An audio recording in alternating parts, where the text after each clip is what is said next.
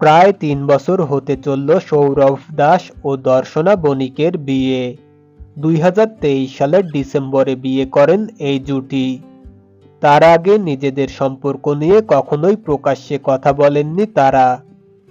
বিয়ের পর চুটিয়ে সংসার করছেন সৌরভ দর্শনা। মাঝে মধ্যেই দর্শনার সোশ্যাল মিডিয়া পেজে তাদের সংসারের টুকরো ছবি উঠে আসে। নিজেদের মধ্যেকার এই রোমান্স অটুট রাখার জন্য এই জুটি ভুলেও একটা কাজ একেবারেই করেন না।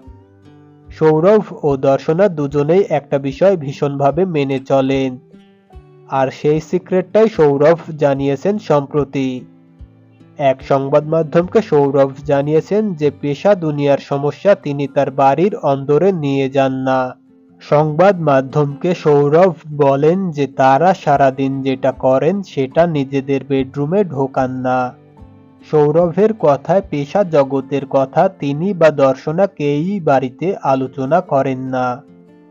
কাজের কথা বেডরুমে আলোচনা করেন না সৌরভ ও দর্শনা দুজনেই। বেডরুমে নিজেদের নিয়ে গল্প করেন তারা। তবে যদি কোনো পরামর্শের প্রয়োজন হয় সেটা একে অপরকে দিয়ে থাকেন তারা। ভিডিওটি ভালো লাগলে লাইক, কমেন্ট এবং শেয়ার করুন। আর এই ধরনের আরও ভিডিও পেতে সাবস্ক্রাইব করুন এসবি বিনোদন আপডেট। ধন্যবাদ।